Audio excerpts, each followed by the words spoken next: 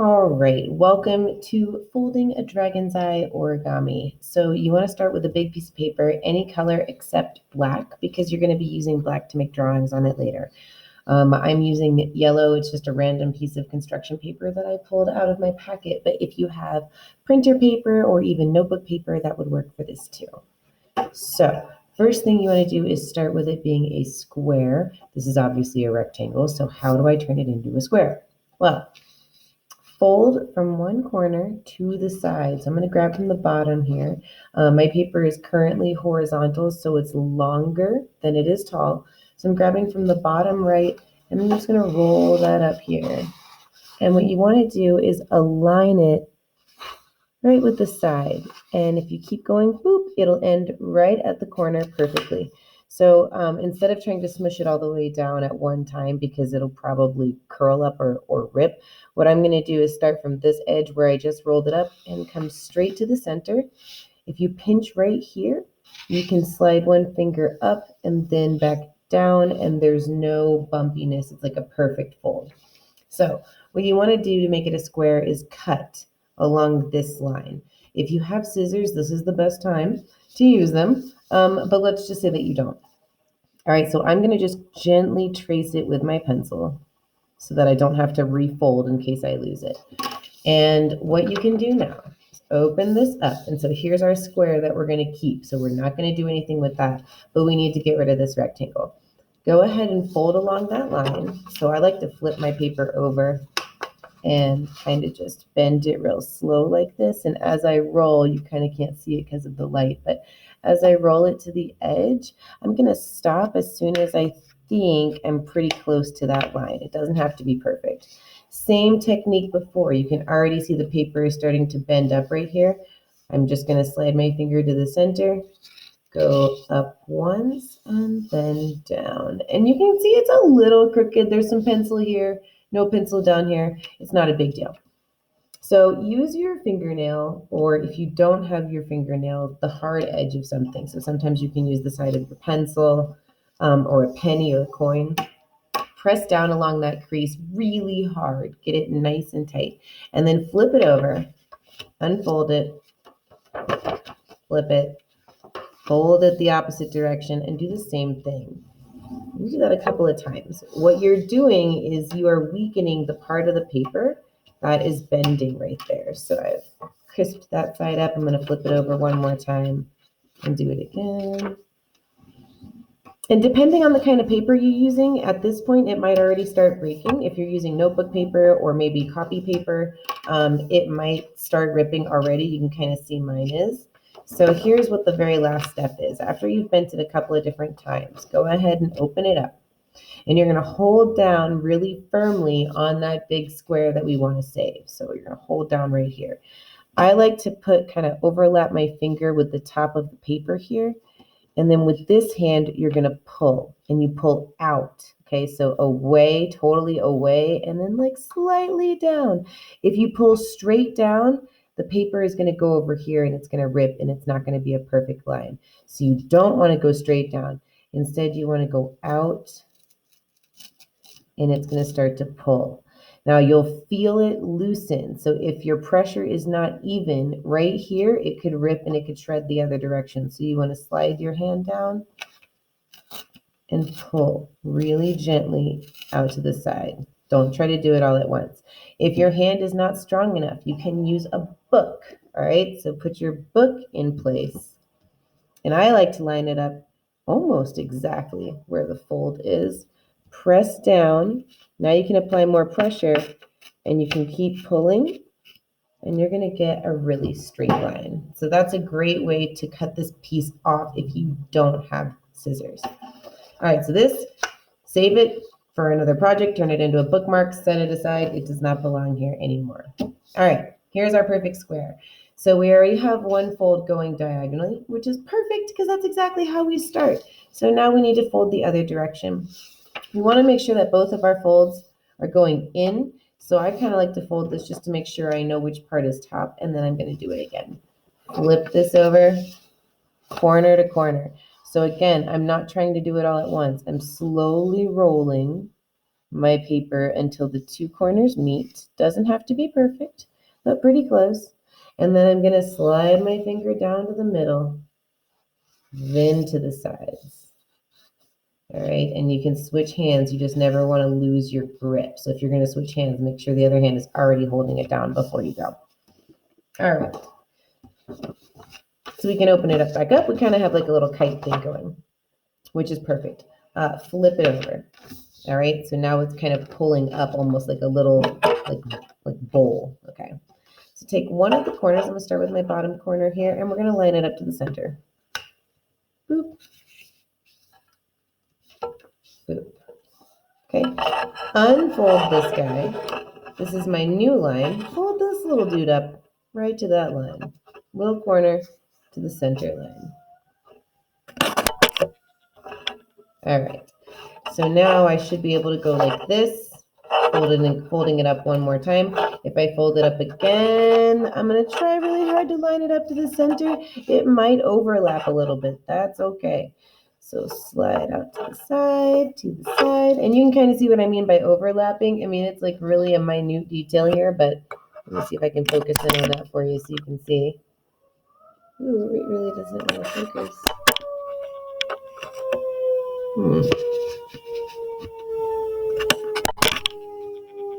There we go. It's like the tiniest bit overlapping that center line. Here's my center line. Here's my new edge. It's okay. All right. Flip her over. Kind of looks like a diamond now. Do the same thing on the other side. So sometimes I like to open this one up so I can remember my steps. The corner is going to go to the center, which is the only line you should be able to see right now. Roll it up. Line it up.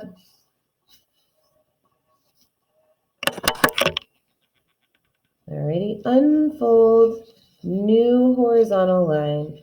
Take the bottom corner, roll it up, smoosh, and then roll this guy back up. And now he should be meeting in the middle. Again, don't worry if it's not perfect. Mine overlaps a little tiny bit. It'll be okay. All right. So now if you close both of them up, we have kind of like a really fancy looking hot dog bun. Flip it over. Take the side corner and you're going to fold it so that it meets that center point right here. This is where it gets a little tricky because the paper is really, really thick and it's difficult to fold over. So go slow. If you have to try it a couple of different times before you get the right fold, that's okay. Don't stress about it. Sometimes if we're holding it just by the end here with like just two fingers, the paper is so thick over on the other side, it doesn't want to bend properly. Like you can see it's bending in the wrong places. It's staying really firm on the side here instead of bending where I want it to. So instead of trying to hold it from here, move your hand down, grab it from lower, and kind of force that bend, kind of curve that paper back until you get it where you want it.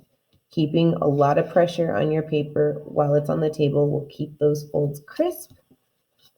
Boop. Oops. A little bit too crisp there. Perfect. Okay. So now is the hardest fold of the whole thing. You can do it. You just have to be patient, okay? I'm going to draw some things with my pencil to help you see where to make this fold. So what we're trying to do is you're going to curl your paper. This part really is tricky. You're gonna fold this corner down so that it matches this triangle here. If I were to not, do any new folds yet, this triangle line at the very bottom, this guy, that's where you're trying to fold this guy to. So it's, let's see here, this guy. So the dude with the stripes is trying to go hang out with the dude with the polka dots. All right, how do we get this guy over here? You have to really carefully fold. And what that's going to do is create this weird triangle. And it's a tricky one to press down on because there's so much paper right here. Okay, but that's what you want to do is you want to make stripes meet the dots. So you're going to curve him over. Do the same thing on the other side. What you've created is this new line, and you don't need to make any of these pencil marks on your paper. This is just to help you see on video. But this is the new fold that you're going to try to create over here. So again, your bottom piece with the dots, the circles, is going to try to meet up with this top left side. A little confusing because this one is at this side of the triangle, this is at this side of the triangle, but bring them down, line them up. Don't stress if it's not folding right, just go slow. You know that this is in the right place, so hold down your pressure right here and slowly kind of tap along, flatten it out. Now you got your new fold, all right? Do it again on the back, and you can see mine overlapped a little bit right here. I'm not worried about it. It'll fix itself over time. So slide it upside down. Now you're trying to make dots meet stripes. So fortunately, I don't have to draw anything new. You're just gonna, oops, yeah, I do. Okay, that was wrong. Dots are not meeting stripes. Now no line dots is meeting no line stripes, I think. Whoops. I meant right here, you guys. All right. That kind of makes a backwards K. That probably doesn't help you remember it, but in any case. So you're going to fold this side down the top right vertical edge is going to bend over, and you're going to connect right here to this triangle. Exactly like we did on the other side. So press down, make sure that you have it in place. Then you can slide your finger up. Make that crease. Whew. Fun. Okay. So I'm going to just draw these out so you guys can see what they look like. Cool. So we just have one more to go. So dots on the top left go to the stripies on the triangle. Slowly bend, press. All right. So now you have this weird looking little boat that kind of doesn't look like it would do very much, but if you turn it over, you can create, oops, this is your dragon's eye. So what you can do is by holding the flaps, those weird triangles that we spent all of that time making, if you put your fingers here, you're kind of like, and I don't really hold it properly, but I kind of just like let it sit in between some of my fingers. My thumbs are going to pinch. They pinch down. And then when they pinch down, so notice I still have a couple of fingers back here keeping that gap. As these guys pinch, I push forward with my arms, and that's going to create the blinking of the eye. So at this point, you've got the origami part done. The paper is folded. We know how to use it, so you can kind of envision what it will look like. You're going to draw the eye inside here. And then on the top two triangles and the bottom two triangles, you're going to create a scaled pattern. And do not add color yet. I'm going to have you watch a slideshow and then add your color. So I will go ahead and show you how to mark off where everything goes, because it's really better to do that now while it's still folded. So sketch along these top creases right here, those weird curves or bends that we had to make in our paper. Okay, that's where your eyelid is. You do not have to do any designs on the flaps because that's where you're going to hold it, but you will have to design this. Now unfold it by going to the back, unfolding, unfolding. This center diamond here is going to be your eye. If you have something to trace that's circular, that would be helpful. I do not have anything. So what I'm going to do is just sketch a circle. And you really want the circle to fit pretty perfectly inside that diamond. So I'm going pretty loose here. But that's the kind of size that you want, is whichever size circle fits really nicely in between those little diamond folds. Now this, the rest of the eye, you should also be coloring in. You don't have to do anything else on the inside here, but this part, these little triangles that are left over, if I were you, I would make them black, solid black, because it looks like shading. If you don't want to, of course, you don't have to. You can leave them white and wait for our coloring day. But this is essentially where your eye is going to go. And then for dragons, you know, most people imagine them with almost like cat eyes or reptile eyes. So you have a lot of freedom. I've seen people do it, with circles like humans, with ovals, with multiple different shapes inside of here. I'm a fan of just sticking with the diamond theme because there's lots of diamonds in this piece already. So I'm going to draw my pupil by making it a diamond. And I like to do mine right in the center, like he's really looking at you when he blinks. So don't color anything in yet. Fold it back up, bend it open, see if you like how it looks. If you think that you've drawn everything in the right place, then you can go back and you can start adding in designs in black. I don't want you to add any color just yet until the very end. You can also add a spot for like a highlight or a glare, like a reflection from the light. And you can think about how you're going to add the iris, which is the colored part of the eye. Usually they're going to go out in kind of like a radiating line pattern, but it just depends on what else you decide. So that would be about as far as I would go, except I would do it in Sharpie. When you fold it back up, you don't have to fold these guys underneath. But what I would suggest now is adding in scales, a scale pattern here. And then these areas, you can either leave unfinished or they can become black. I tend to make mine black to just kind of go with the whole vibe of the piece. But if you want to leave them unfinished, that's fine. So a scale pattern, if you remember, I'm going to open up the bottom one because they overlap slightly. Scale. Not the wrong side. This is the one I wanted to overlap. So a scale, I like to start kind of in the middle. And they are any type of flap that's going to create alternating rows above one another. So you can see where I start my pattern is going to be the center of whatever scale is before it. So if I start here in the middle of this one above it, and it ends in the center here, and you just try to make them always end in the middle, and you'll get them to be about the same size.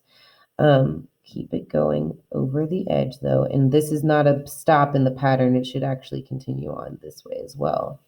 I just like to start in the middle to make sure that my pattern is pretty even. So you would continue this all the way across, but you can get really creative with it. You can do scales that are long.